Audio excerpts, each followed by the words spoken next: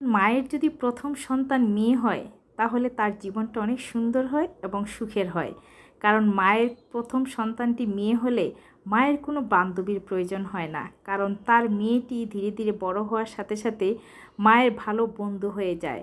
মা যেমন মেয়ের সাথে সব কিছু শেয়ার করতে পারে, মেয়েও মায়ের কাছে সব কিছু শেয়ার করতে পারে, সুন্দর একটা বন্ডিং তৈরি হয়। আলহামদুলিল্লাহ, আল্লাহ তাআলা আমাকে একটা প্রথম কন্যা সন্তান দিয়েছে।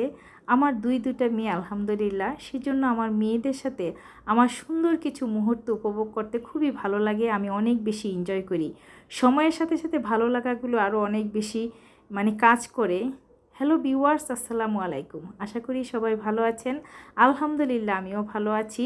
তবে ঠান্ডার কারণে গলাটা একটু বসে গিয়েছে, ভিডিওতে ভয়েস দিতে একটু কষ্ট হচ্ছে।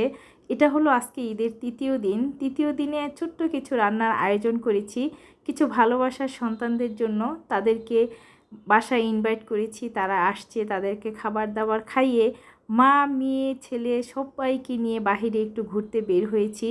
কারণ ভালো লাগাটা নিজের তৈরি করতে হবে, জীবনটা নিজের, নিজেই জীবনটা উপভোগ করতে হবে, নিজেকে সুস্থ রাখতে হবে। প্রতিটা মায়েরই আসলে প্রয়োজন সন্তানদের সাথে বন্ধুসুলভ আচরণ করা, বন্ধুর মতো একটা সম্পর্ক তৈরি করা। এই যে দেখেন, আমি আমার মেয়ে ছেলে মা সবাইকে নিয়ে আজকে বের হয়েছি, একটু বাহিরে ঘুরবো, সুন্দর কিছু মুহূর্ত উপভোগ করব। কারণ আজকে ঈদের তৃতীয় দিন। এই 3 দিন বাসার মধ্যেই ছিলাম, কোথাও যাইনি, রান্না করেছি, খেয়েছি, রেস্ট করেছি। শরীরটা অনেকটা অসুস্থ ছিল, তাই যাই হোক আলহামদুলিল্লাহ আজকে মাকে নিয়ে, বোনের ছেলে, নিজের মেয়ে সবাইকে নিয়ে একটু বাহিরে ঘুরতে বেরিয়েছি। খুবই ভালো লাগছে। কোথায় যাচ্ছি আপনাদের সাথে পুরো ভিডিওটা শেয়ার করব। আশা করছি ভিডিওটা ভালো লাগবে। ভিডিওটা যদি ভালো লাগে অবশ্যই লাইক কমেন্ট শেয়ার দিয়ে আমার পেজটা ফলো দিয়ে রাখবেন।